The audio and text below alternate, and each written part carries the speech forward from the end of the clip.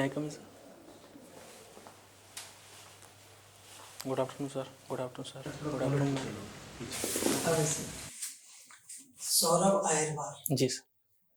आप ग्वालियर से हैं? सर मूल रूप से मैं झांसी का रहने वाला हूँ. झांसी का? जी सर. अच्छा, उत्तर प्रदेश. अच्छा। ये जो सेपरेट बुंदेलखंड राज्य का चल रहा है, आपका मत क्या है? जब झांसी एरिया को अलग से बुंदेलखंड बनाना है, सर बुंदेलखंड सेपरेट बुंदेलखंड राज्य के लिए मैं अपना मत दूंगा कि मैं ज़्यादा सहमत नहीं हूँ. बिकॉज अभी जो 13 जिले इसमें आते हैं, मध्य प्रदेश और उत्तर प्रदेश दोनों के, तो यहाँ पर सर अभी डेवलपमेंट पूरी तरह हुआ नहीं है. दूसरी बात, रिसोर्सेज भी उतने उपलब्ध नहीं है कि नया स्टेट बनाया जा सके. अगर हम नया स्टेट बनाते हैं तो निश्चित रूप से हमें केंद्र सरकार पर ज़्यादा निर्भर रहना पड़ेगा. दैट मुझे लगता है कि अभी इसमें समय है सर. बट यही तो कारण है सेपरेट राज्य बनाने की कि डेवलपमेंट नहीं हो रहा है, डेवलपमेंट का फल वहां तक नहीं पहुंच रहा है. इसलिए proper focus, attention, resources, planning सब देने के लिए अलग राज्य होना चाहिए. अलग राज्य इसीलिए बनाते हैं. सर सही बात है, लेकिन सर डेवलपमेंट के लिए फर्दर अगर हम आगे जाएंगे तो हमें कम से कम ऐसे मिनरल रिसोर्सेज और बहुत सारी चीज़ों की ज़रूरत पड़ेगी. इनकम सोर्स के लिए उतना उपलब्ध नहीं है सर अभी. अगर बुंदेलखंड स्टेट बनाया जाता है तो कुछ एरियाज़ को, इसमें डेवलप्ड एरिया को जोड़ देना चाहिए ताकि मिनरल रिसोर्सेज वगैरह जो भी इनकम आय है वो प्रॉपर तरीके से मिल सके. अच्छा, झांसी की रानी के नाम सुने हैं? जी सर. क्या नाम था उनका? उनका नाम सर मनु, उनका बचपन का नाम मनु था. अच्छा, और अच्छा नाम? सर अभी याद नहीं आ रहा. अच्छा, तो उनको क्या प्रॉब्लम हो गई थी ब्रिटिश सरकार से? सर व्यवगत नीति के तहत, डलहौजी की जो व्यवगत नीति थी उस समय, तो वो चाहते थे कि रानी लक्ष्मीबाई चाहती थी कि उनका जो गोद लिया हुआ पुत्र है वो उनकी अगली संतान, उनकी वंशज बने, उनकी विरासत संभाले. लेकिन व्यवगत नीति के तहत डलहौजी ने ये बात मानने से इनकार कर दिया था. इसके बाद वहाँ पर उग्रता देखने को मिली थी, विप्लव देखने को मिला था झांसी की स्टेट में सर. डॉक्ट्रिन ऑफ लैप्स से प्रॉब्लम शुरू. अच्छा, ठीक है. आप बीएससी ऑनर्स किए हैं? जी सर. अच्छा, ये बहुत सारे सर्विस आपने ऑप्ट नहीं किया, कोई कारण? सर इंडियन पुलिस सर्विस इसलिए नहीं किया क्योंकि सर मैं फिजिकल रिक्वायरमेंट पूरी नहीं करता हूँ सर आईपीएस के लिए, इस वजह से सर. और बाकी सर्विस, बहुत सारे सर्विस आपने नॉट ऑप्टेड कर दिया. बाकी सर कोई फिजिकल रिक्वायरमेंट भी नहीं है, वो भी नॉट ऑप्टेड. सर 5 सर्विसेज मैंने नॉट ऑप्टेड की हैं, जिसमें से 3 फिजिकल रिक्वायरमेंट वाली थी. एक के संबंध में मैं ज़्यादा परिचित नहीं था तो मैंने सर उसको नॉट ऑप्टेड कर दिया. और ये कैडर भी आपने खाली 1-2 किया, उसके बाद 99 कर दिया? जी सर. जी सर. जी सर. जितने भी सर कार्डर मैंने चुने हैं उनमें से ज़्यादातर ऐसे हैं जहाँ पर हिंदी भाषी राज्यों वाले. तो मैं समझता हूँ कि सर सेवा में आने के बाद एक कम्युनिकेशन जो है, किसी भी अधिकारी का कम्युनिकेशन बेटर होना चाहिए, उसमें भाषा एक बाधा ना बने. अगर ये सही है सर कि प्रशिक्षण के बाद भाषा को सीखा जा सकता है, लेकिन इसमें सर काफ़ी लंबा समय चला जाता है. तो इसलिए सर मैंने ऐसे राज्यों को प्रीफर किया है जहाँ पर हिंदी भाषी लोग ज़्यादा रहते हैं, वहाँ पर आसानी से काम किया जा सकता है सर. वैसे ये तो कोई कारण नहीं हुआ, आप ऑल इंडिया सर्विस ज्वाइन कर रहे हैं, मतलब आप इंडिया में कहीं भी नौकरी, जब आपको लगता है उसकी लैंग्वेज को पढ़ के उसका एग्जाम क्लियर करना पड़ता है सर. एग्जैक्टली, एग्जाम्स क्लियर करना पड़ता है. मैं ओडिशा से हूँ. अब मेरा आईपीएस में पहले आया तो मध्य प्रदेश दिया गया मुझे, फिर मैं आईएएस में आया तो मुझे बिहार दिया गया. मुझे हिंदी सीखना पड़ा.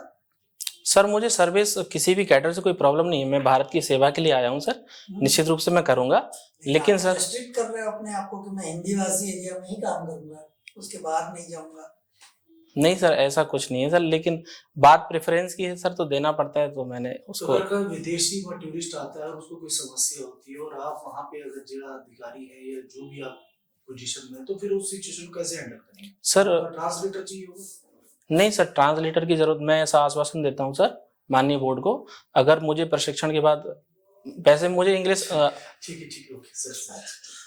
ये आपके फादर बिजनेस करते हैं? नहीं सर, बिजनेसमैन नहीं है सर, उनकी एक शॉप है, इलेक्ट्रीशियन है वो, तो जी टीवी रेडियो वगैरह का रिपेयरमेंट करते हैं सर। कहाँ पर? सर ये दतिया जिला पड़ता है एमपी में, वहां पर। ठीक है। तो आपने ज्योग्राफी क्यों ऑप्ट किया? सर आपने ज्योग्राफी तो कभी पढ़े नहीं पढ़ा सर।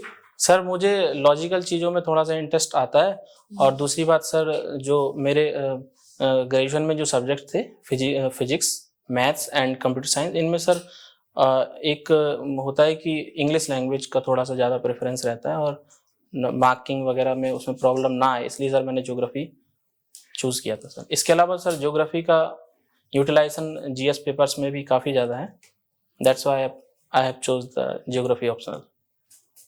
अच्छा, ये ज्योग्राफी में एक थ्योरी ऑफ कॉन्टिनेंटल ड्रिफ्ट, जी सर, मुझे हिंदी में मालूम इसका क्या है, आप समझते हैं? जी सर, जी सर। ये क्या कहता है और कौन इसको पहले लाया था? सर महाद्वीपीय, जैसा कि आपने कहा हिंदी में, इसको बोलते हैं हिंदी में सर महाद्वीपीय विस्थापन का सिद्धांत, जिसको सर अल्फ्रेड वेगनर लेके आए थे। अच्छा। उनका मानना था कि सर पूरी पृथ्वी जो अभी है वो दो चीजों में थी, एक था महामहाद्वीप, जिसको पेंजिया, सॉरी माफ कीजिएगा सर, जी पेंजिया, और एक जो सागर मिलके बनाते थे उसको पैंथालासा कहते थे। देन कुछ गुरुत्वीय बल और दूसरे बलों के कारण इनमें विभाजन हुआ, और इसके बाद कुछ चीजें पश्चिम की साइड शिफ्ट करती हैं, कुछ महाद्वीप पूर्वी की साइड, और दूसरी जो दिशा थी शिफ्ट होने की वो उत्तर की तरफ थी। तो उन्होंने इसके लिए कुछ साक्ष्य भी दिए थे कि अगर आप अफ्रीका को दक्षिण अमेरिका के साथ जोड़ के देखते हैं, जिसको हम जिगजैग थ्योरी बोलते हैं उनके हिसाब से, तो आपको लगेगा कि सभी महाद्वीप एक से हैं, एक साथ जुड़े हुए थे। इसके अलावा सर कुछ जीवों के अवशेष कभी कभी अफ्रीका में, जो अमेरिका में मिला है, कुछ रसिया में कोयले का पाया जाना, ये सब चीजें उन्होंने बताई थी, ताकि ये सिद्ध किया जा सके कि सभी महाद्वीप कभी एक रहे थे। लेकिन इसमें कुछ कमियां रह गई थी सर, जिसको फिर बाद में पीटीटी के थ्रू, यानी कि प्लेट टेक्टोनिक थ्योरी के थ्रू आगे से बताया गया था सर।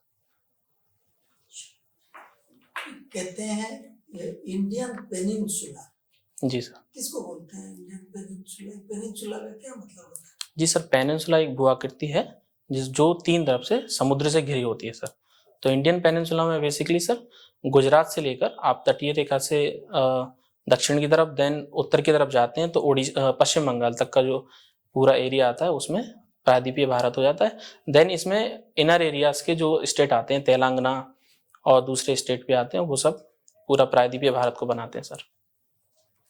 अच्छा, हमारे 3 तरफ तो समंदर हो गए है ना, तो बहुत लंबी हमारी समुद्र तटीय क्षेत्र हो गया, और उत्तर में हमारा हिमालय है पहाड़ी, तो उससे हमारे फॉरेन रिलेशंस में या पॉलिटिक्स में कुछ इसका असर पड़ता है?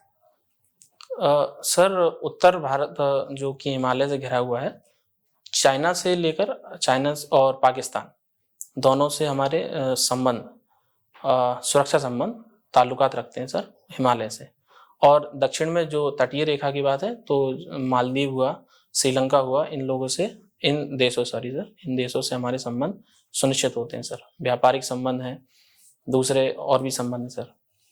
तो फायदा क्या होता है, नुकसान क्या होता है? सर फायदा ये है कि चाइना से देखें हम वॉर के फ्रंट पे, तो हम सबसे सुरक्षित पाते हैं अपने आप को, और बांग्लादेश तो इसमें ज़्यादा मैटर नहीं करता, क्योंकि हिमालय का वहाँ से कोई एक्सटेंशन भी नहीं है। समुद्र को लेके अगर देखें तो श्रीलंका के साथ हमारे अच्छे खासे संबंध है, ऐसी कोई प्रॉब्लम भी वाली बात नहीं है सर। मछुआरों को लेकर कभी कभी विवाद होता है, पाकिस्तान के साथ भी ऐसे कुछ विवाद होता है। और व्यापार वाली बात है सर, तो हम हिंद महासागर सर एक कहते हैं कि सर अफ्रीका से लेकर पूरा प्रशांत महासागर को अगर जोड़ना है व्यापारिक समुद्री व्यापार से, तो हमें हिंद महासागर से सभी जहाज़ों को निकलना होता है। तो सर इस लिहाज से भारत की भूमिका हिंद महासागर में ज़्यादा हो जाती है सर। अभी इंदौर में प्रवासी भारतीयों का एक सम्मेलन हुआ था, उसमें 2 कंट्री से लीडर्स आए थे जो चीफ गेस्ट और स्पेशल गेस्ट वगैरह थे। आपको मालूम है कहाँ से आए थे? सर अभी इस बारे में मैंने सर ज़्यादा नॉलेज नहीं है, लेकिन शायद सूरीनाम से राष्ट्रपति आए हुए थे शायद sir. I am not confirm about it sir. अभी मैं मिस कर रहा हूँ सर याद नहीं सर अभी, सॉरी सर। तो लेकिन उनके नाम से लगता है कि वो इंडियन ओरिजिन के हैं, नहीं लगता? हाँ सर, मतलब मुझे अभी याद नहीं है सर कि कौन आया था, लेकिन हाँ सूरीनाम के राष्ट्रपति जरूर भारतीय मूल के हैं सर, ये मुझे याद है। ये लुक ईस्ट पॉलिसी करके इंडिया फॉलो करता है फॉरेन रिलेशंस, ये क्या होता है? सर लुक ईस्ट पॉलिसी भारतीय विदेश नीति की एक प्रमुख नीतियों में एक है, और इसका उद्देश्य है सर कि हम पूर्वी एशिया, खास करके दक्षिण पूर्व एशिया से अपने संबंध स्थापित करें और मजबूत कर सकें, चाहे वो व्यापारिक संबंध हो चाहे वो सामरिक संबंध हो। इसके तहत भारत अभी अपनी विदेश नीति के तहत सर दक्षिण पूर्वी एशियाई देशों जैसे कि म्यांमार, थाईलैंड, बैंकॉक, माफ कीजिएगा सर, मलेशिया, इंडोनेशिया जैसे देशों के साथ अपने संबंध प्रखर करने की तरफ बढ़ रहा है सर। इसे 2014 में एक्ट ईस्ट के तहत जो है रिप्लेस कर दिया गया था लुक ईस्ट पॉलिसी को। अभी गंगा में एक प्रधानमंत्री ने इनॉग्रेट किया क्रूइज होगा। जी सर। वो बनारस से लेकर के बांग्लादेश तक जाएगा, तो ये क्या आइडिया अच्छा है बुरा है? इससे गंगा का पोल्यूशन बढ़ेगा या क्या, मतलब फायदा क्या नुकसान क्या? सर 13 जनवरी को यानी कल इसका उद्घाटन किया गया था माननीय प्रधानमंत्री के थ्रू।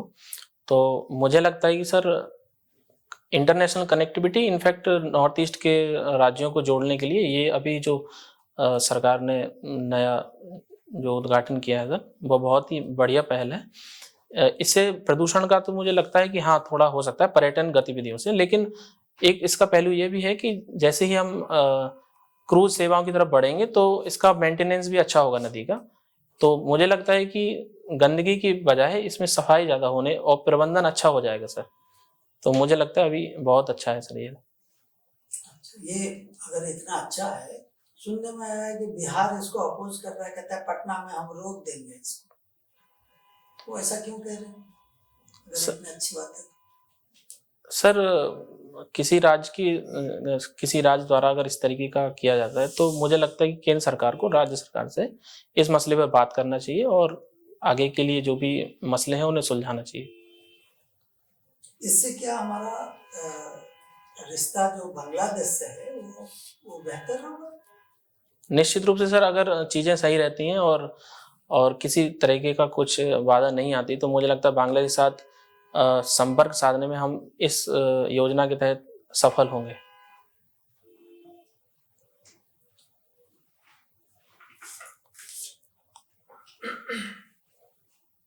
सौरभ जी मैम। आप उत्तर प्रदेश के किसी हिस्से से ही हैं जी। तो उत्तर प्रदेश में पिछले 1 दशक में क्या पॉजिटिव चेंजेस आए हैं, सकारात्मक क्या देखते हैं? मुझे लगता है सर मैम कि पिछले 1 दशक में यूपी में लॉ एंड ऑर्डर को लेकर सिचुएशन बहुत बेहतर हुई है। इसके अलावा सर मैम इसके अलावा मैम रोड कनेक्टिविटी को लेकर बहुत ही अच्छा काम हुआ है। बुंदेलखंड जैसे एरिया में भी बुंदेलखंड एक्सप्रेस वे वगैरह ये सब चीज़ों का डेवलपमेंट हुआ है सर मैम। तो इंफ्रास्ट्रक्चर यस। मुझे बताइए कि रोजगार के कोई नए अवसर आए हैं या जो लोग बिलो पॉवर्टी लाइन थे उनमें कोई सुधार आया? मैम अभी तो करंटली अभी मैं ज़्यादा अवगत नहीं हूँ इस चीज़ से, लेकिन मुझे लगता है कि रोजगार के कई अवसर आए हैं और विदेशी निवेश को लेकर भी राज्य सरकार ने काफ़ी काम किया है इसको लेकर। अभी एक वहाँ पर समिट होने वाला है, उसके बारे में बताएंगे? सॉरी मैम अभी तो नहीं पता है। तो ग्लोबल इन्वेस्टर समिट होने वाला है यूपी में 10, बल्कि बहुत कम समय बचा है, 10, 11, 12 as of now sorry ma'am मुझे याद नहीं आ रहा कुछ। करंट अफेयर से आपसे कुछ भी ना पूछा जाए? नहीं नहीं बिल्कुल पूछे, हो सकता है मैम बहुत इम्पोर्टेंट एस्पेक्ट है क्योंकि जी। यूपी एक ऐसा स्टेट है जो 1 ट्रिलियन इकोनॉमी की अकेले ही बात कर रहा है कि मैं हम लोग 1 ट्रिलियन इकोनॉमी। हाँ तो सॉरी मैम मैं लौट के देखूंगा। इसमें बड़ा ये आ रहा था कि बॉलीवुड के साथ मीटिंग मुख्यमंत्री यस की यस हुई है, तो वो किस संदर्भ में थी, कुछ बता पाएंगे? 2-3 चीज़ों को लेकर मैंने वो मीटिंग देखी थी, उसमें 2-3 बातों पर माननीय मुख्यमंत्री के साथ बात हुई थी जिसमें सिने सितारे शामिल थे। तो उन्होंने 2 बातों को लेकर रखा था कि उत्तर प्रदेश में हमें एक इंडस्ट्री की ज़रूरत, फिल्म इंडस्ट्री विकसित करने की ज़रूरत है जिसमें एक वो जो माहौल बनाना होता है, पूरा इंफ्रास्ट्रक्चर डेवलपमेंट करना होता है। दूसरा एक उसमें पहलू ये भी उठाया गया था मैम कि बॉलीवुड बॉयकॉट को लेकर जो बातें चल रही हैं, माननीय मुख्यमंत्री जी आप इसमें एक पहल करें और लोगों से अपील करें कि लोग बॉलीवुड को बॉयकॉट ना करें। इस तरीके से 2-3 बातों पर तो उस पे योगी जी ने क्या कहा है? बात तो यही हुई थी मैम कि आश्वासन उन्होंने दिया है इस बात को लेके। बॉयकॉट को लेकर तो मुझे ज्यादा नहीं पता। देखिए बहुत सारे स्टेट्स हैं, है ना? तमिलनाडु है, फिर उसका तेलुगु फिल्म इंडस्ट्री एक अपना सेटअप है, तेलुगु है, तमिल है, मलयालम फिल्म है। तो अगर यूपी में हिंदी भाषा को लेकर अगर कोई ऐसा कोई सेंटर बनाया जाता है फिल्म सिटी, तो उससे बॉलीवुड को खतरा क्यों महसूस हो सकता है? मुझे नहीं लगता सर मैम कि बॉलीवुड को खतरा होना चाहिए, बिकॉज अब तो OTT प्लेटफॉर्म्स इतना ज्यादा होना नहीं चाहिए, मगर परसेप्टेबल थ्रेट के बारे में बात तो की जा रही है। मैम OTT प्लेटफॉर्म अपनी क्या राय है? मुझे लगता है मैम कि यूपी के डेवलपमेंट के लिए फिल्म इंडस्ट्री अगर वहाँ विकसित होती है तो इसमें कोई गुरेज नहीं। इंडस्ट्री डेवलप हो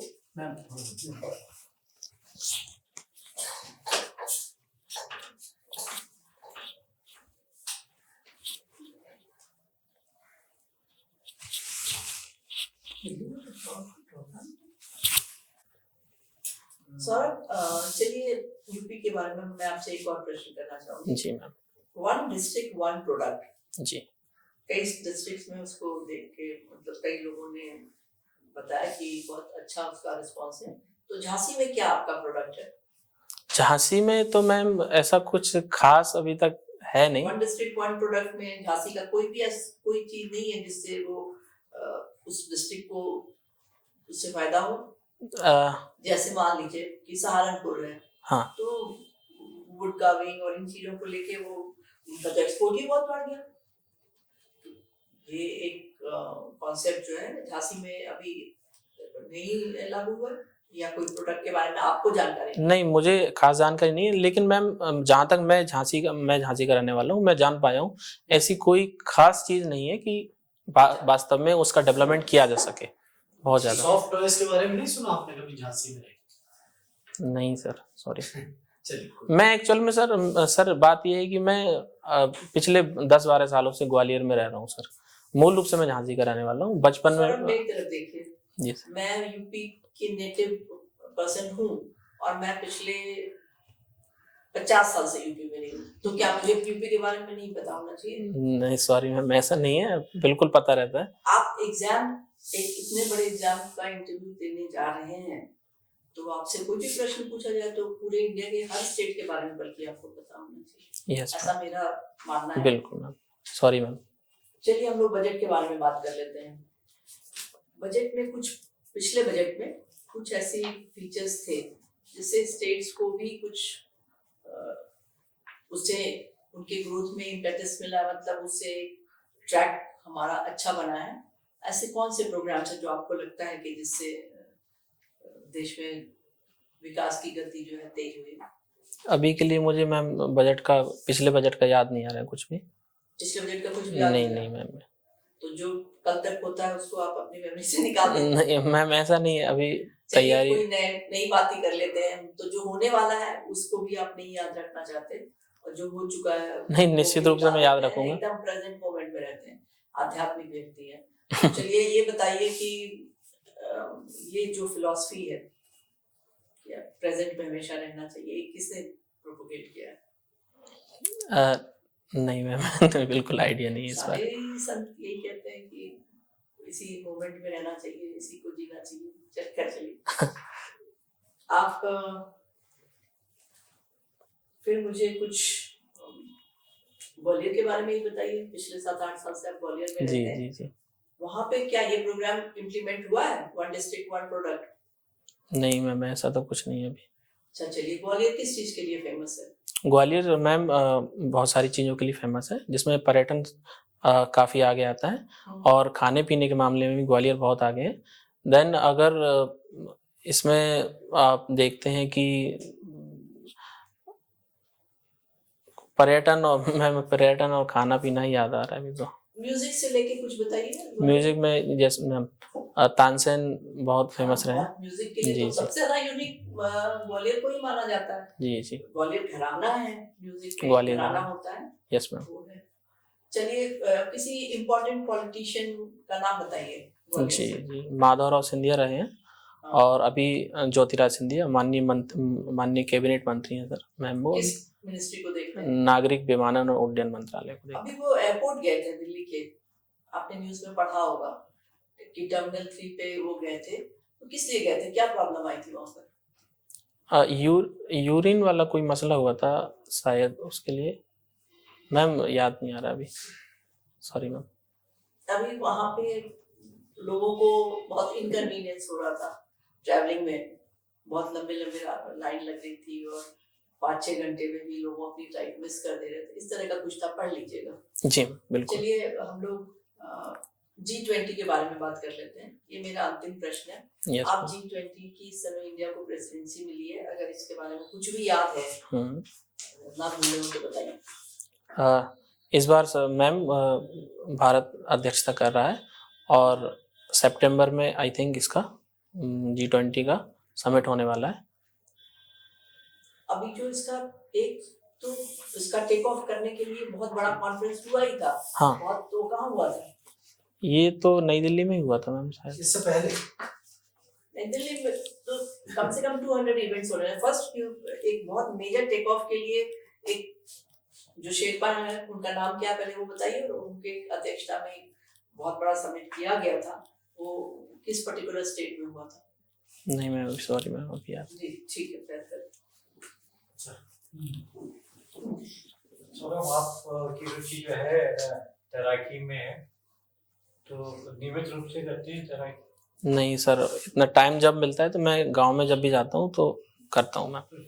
स्विमिंग में कौन कौन से स्ट्रोक्स होते हैं, यस यस, कुछ है आइडिया? जी जी सर। फ्री स्टाइल में कर लेता हूँ, और अंडर वाटर स्विमिंग आती है, देन बैक स्ट्रोक भी आते हैं सर। गाने में भी आपकी रुचि है, सिंगिंग भी है, तो कौन सा लोक संगीत आपको पसंद है, या फिल्मी गाने, कैसे गाने?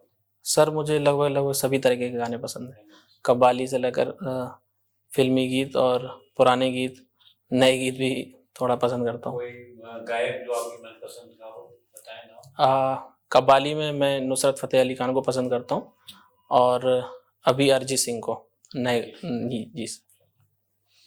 ये बताएं कि इंटरनेट पे बहुत सारा डाटा इकट्ठा हो रहा है, और अब तो 5G भी आ गया है, तो हमारी जो निजता है, जिसे प्राइवेसी कहते हैं, उस पे कोई खतरा है कि नहीं? आपके हिसाब से क्या लगता है?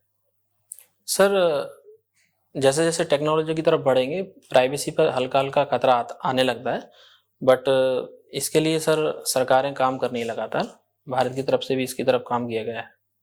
क्या काम कर रखा है, कोई बताएं? एक तो निजता के लिए माननीय उच्चतम न्यायालय ने पहले ही पुट्टा स्वामी वाद में अपना एक फैसला दे दिया था सर, कि निजता का अधिकार एक मौलिक अधिकार है।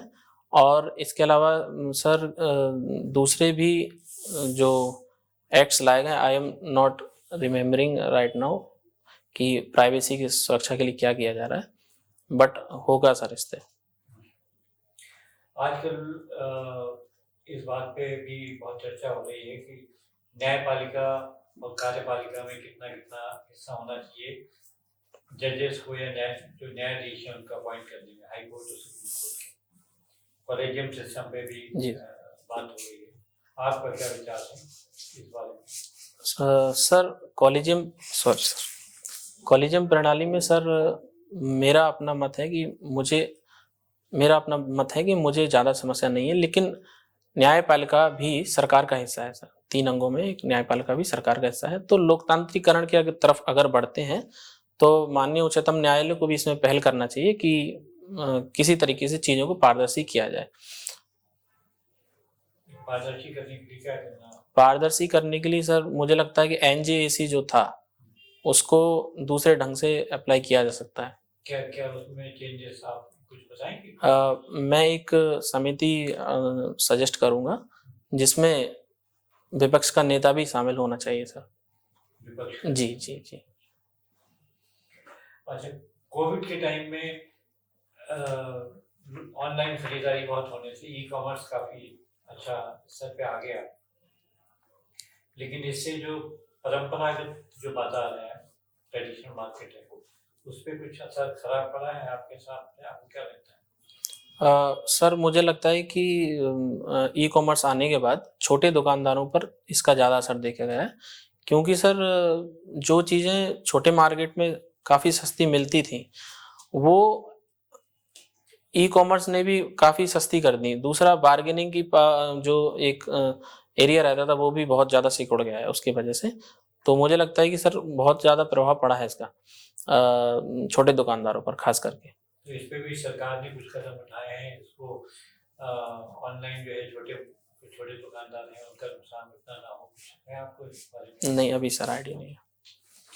ये बताइए कि हम लोग ऑर्गेनिक फार्मिंग, जैविक कृषि की बात करते हैं, तो कितना ये संभव है हमारे भारत में, जो हमारे संसाधन हैं उसके हिसाब से इसको हमें अपनाना चाहिए या अभी सोचना पड़ेगा? सर ऑर्गेनिक फार्मिंग कुछ राज्यों में हो रही है, सिक्किम वगैरह जैसे स्टेट में, बट ऑर्गेनिक फार्मिंग का जब रिजल्ट देखते हैं प्रोडक्शन, तो जो केमिकल फर्टिलाइजर्स के साथ जो भी फार्मिंग होती है उससे बहुत नीचे है अभी। तो चूँकि हमारे देश की जनसंख्या काफ़ी तेज़ी से बढ़ भी रही है और कुछ निकटतम सालों में हमारी जनसंख्या सबसे ज़्यादा भी होगी, ऐसे में सर खाद्य संकट ना बने, हमें अभी फर्टिलाइजर्स सेशन पर थोड़ा सा फोकस करना ही होगा। ऑर्गेनिक हम कर सकते हैं, बट इसके लिए सर कुछ छोटे छोटे पॉकेट्स में ही काम करें तो ज़्यादा बेहतर है। बाकी सर अभी केमिकल फर्टिलाइजर से दूर नहीं हटा जा सकता। मेरा अंतिम प्रश्न ये है कि क्योंकि हम लोग बहुत इलेक्ट्रॉनिक उपकरण यूज कर रहे हैं, मोबाइल से लेकर टीवी, मोबाइल, कंप्यूटर, लैपटॉप, तो इसका कचरा भी बहुत इकट्ठा हो रहा है, ई वेस्ट जिसे कहते हैं, उससे तो बड़ी समस्या उत्पन्न होगी। उसके लिए क्या करा जाना चाहिए या सरकार की तरफ से क्या पहल की गई?